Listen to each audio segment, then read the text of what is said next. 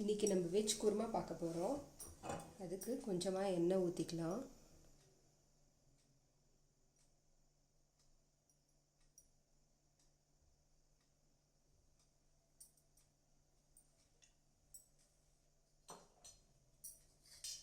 தேவையான மசாலா போட்டுக்கலாம்.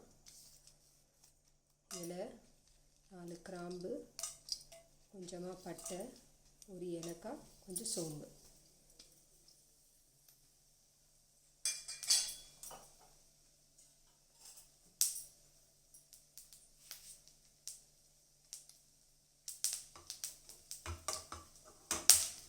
இது கூடவே நம்ம நறுக்குன 2 வெங்காயம் பொடியாக நறுக்குனது போட்டிருக்கோம்.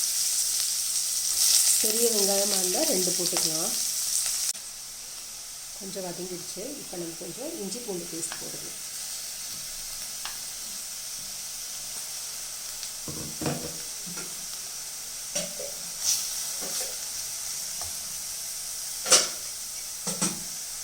நான் வதக்கிறேன்னு என் பொண்ணு வந்துட்டாங்க கூடவே.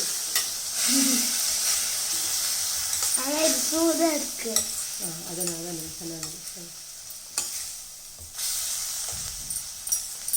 இப்போ இஞ்சி பூண்டு பேஸ்ட் நல்லா வதங்குற அளவுக்கு நல்லா நம்ம வதக்கிக்கலாம்.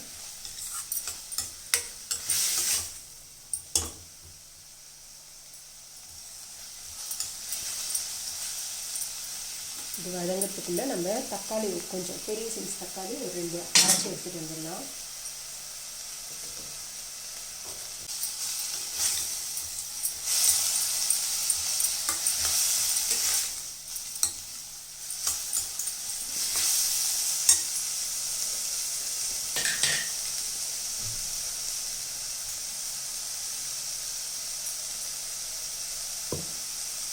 அரைச்ச தக்காளி இருக்குது, அந்த தக்காளி கொஞ்சம் போட்டுக்கலாம்.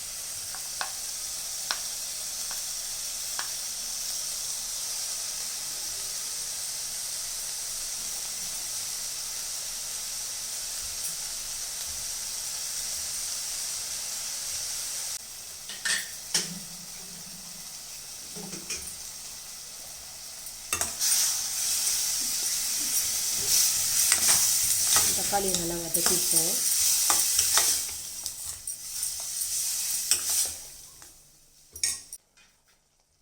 இது கூடயே பாதியாக கீரையில் ஒரு 3 பச்சை மிளகாய்.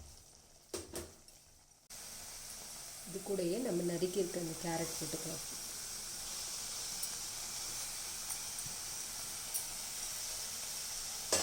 இப்போ வந்து நம்ம பச்சை பட்டாணி கொஞ்சம் வந்து நம்ம வந்து காஞ்ச பட்டாணி இருக்கு இல்லைங்களா, அதை வந்து நம்ம வந்து வேக வச்சுருக்கோம்.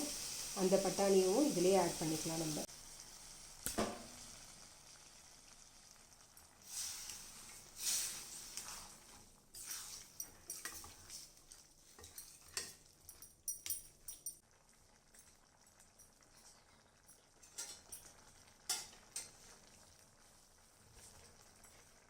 நம்ம பட்டாணி வேக வைக்கும் போது நம்ம வந்து ஒரு 2 உருளைக்கிழங்கு வேக வச்சுருந்தோம். ஸோ அந்த உருளைக்கிழங்கு வந்து சும்மா ஒரு ஸ்னோனா நல்லாயிருக்கும். சாப்பிடும் போது நமக்கு ஃபுல்லாக மேஷ் ஆகாமல் சும்மா ஒரு மேஷ் பண்ணி போட்டுடலாம். ஒரு குட்டி மேஷ் ஆகும்.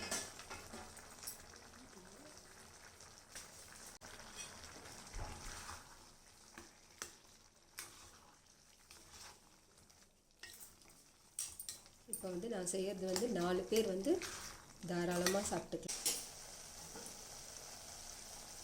மல்லித்தூள் கொஞ்சமாக போட்டுக்குவோம்.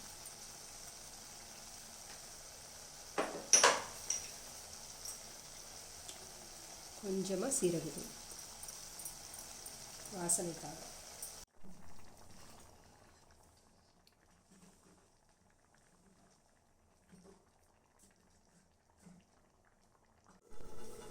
நம்ம கொதிச்சிட்ருக்கு, எப்படி இருக்குன்னு பார்ப்போம்.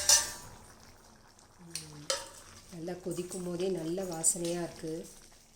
நல்லா அந்த மசாலா, இந்த பட்டாணி, உருளைக்கிழங்கு, கேரட் எல்லாமே நல்லா மிக்ஸ் ஆகி ரொம்ப நல்லா இருக்கு. நம்ம வந்து கொஞ்சம் கசகசா ஊற வச்சுருக்கோம். ஸோ இந்த கசகசா, கொஞ்சமாக முந்திரி, அதுக்கப்புறம் கொஞ்சம் தேங்காய், இது எல்லாத்தையும் நம்ம இப்போ போய் அரைச்சி எடுத்துகிட்டு வந்துடுவோம். குருமா பாருங்கள் நல்லா கொதிச்சிருச்சு. இப்போ நம்ம வந்து தேங்காய், முந்திரி, கசகசாலாம் போட்டு அரைச்சி எடுத்துகிட்டு வந்திருக்கோம்.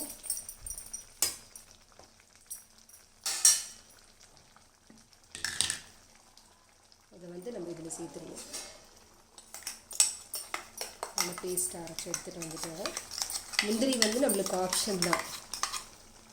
உங்களுக்கு குருமா வந்து நல்லா ரிச்சாக உங்களுக்கு வேணும்னா நல்லா டேஸ்ட்டும் உங்களுக்கு வந்து நல்லா என்ஹான்ஸ் பண்ணி கொடுக்கும், ஜாஸ்தி பண்ணி கொடுக்கும். கொஞ்சம் ரிச்சாகவும் இருக்கும் உங்களுக்கு குருமா. பாருங்கள், தேங்காய் ஊற்றினோடனே நம்மளோட குருமாவோட இதே மாறிடுச்சு. இவ்வளோ எம்மையாக இருக்குது பாருங்கள் பார்க்கவே.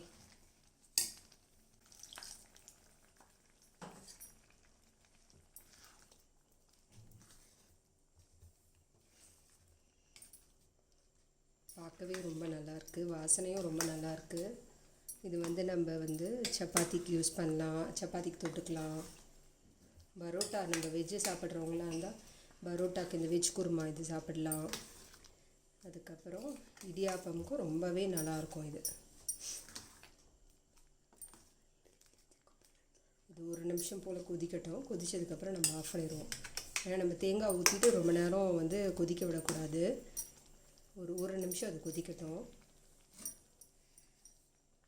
நம்ம இப்போ அடுப்பை ஆஃப் பண்ணிடலாம். குட்டி ராணி வந்து டேஸ்ட் பண்ணுறதுக்காக ரொம்ப நேரமாக வெயிட் பண்ணிகிட்ருக்காங்க. இவங்க அவங்க கையில் அதை கொடுத்துருவோம். வாங்க குட்டி ராணி.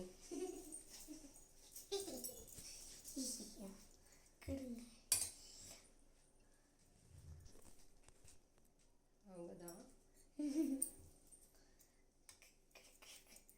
இருங்க, சூடாக இருக்குது. என் கையை மொத்தம்